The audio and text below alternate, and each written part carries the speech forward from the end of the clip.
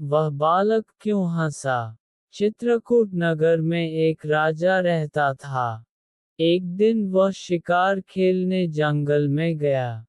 घूमते घूमते वह रास्ता भूल गया और अकेला रह गया।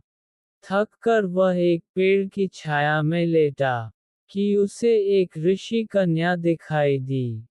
उसे देखकर राजा उस पर मोहित हो गया।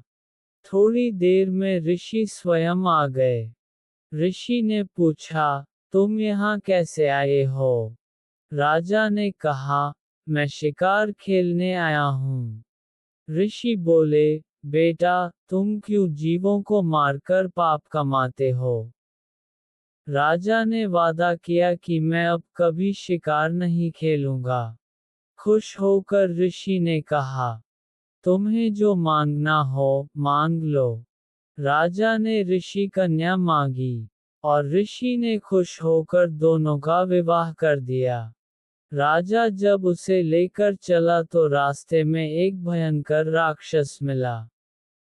बोला, मैं तुम्हारी रानी को खाऊंगा। अगर चाहते हो कि वह बच जाए तो 7 दिन के भीतर एक ऐसे ब्राह्मण पुत्र का बलिदान करो जो अपनी इच्छा से अपने को दे, और उसके माता पिता उसे मारते समय उसके हाथ पैर पकड़ें। डर के मारे राजा ने उसकी बात मान ली।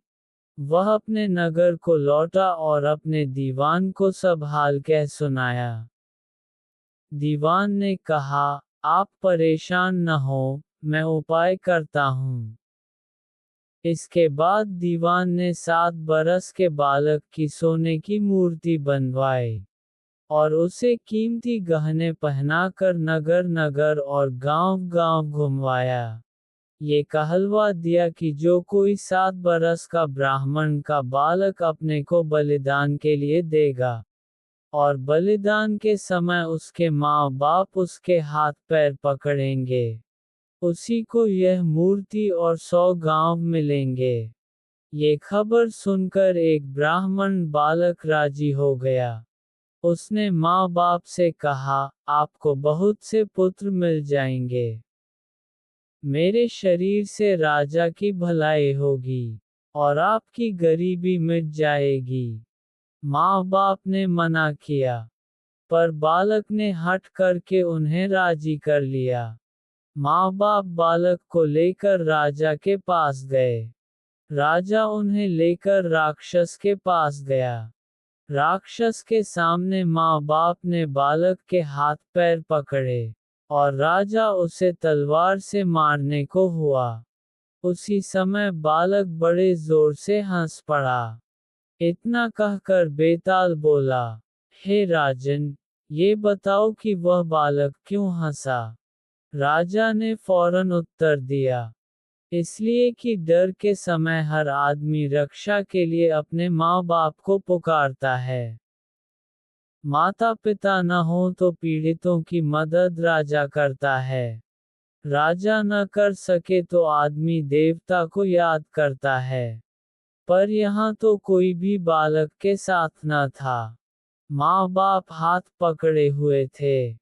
राजा तलवार लिए खड़ा था और राक्षस भक्षक हो रहा था। ब्राह्मण का लड़का परोपकार के लिए अपना शरीर दे रहा था। इसी हर्ष से और अचरज से वह हंसा। इतना सुनकर बेताल अंतर्धान हो गया और राजा लौटकर फिर उसे ले आया। रास्ते में बेताल ने फिर कहानी शुरू कर दी। आगे की कहानी सुनने के लिए अगला वीडियो भाग 21 देखें।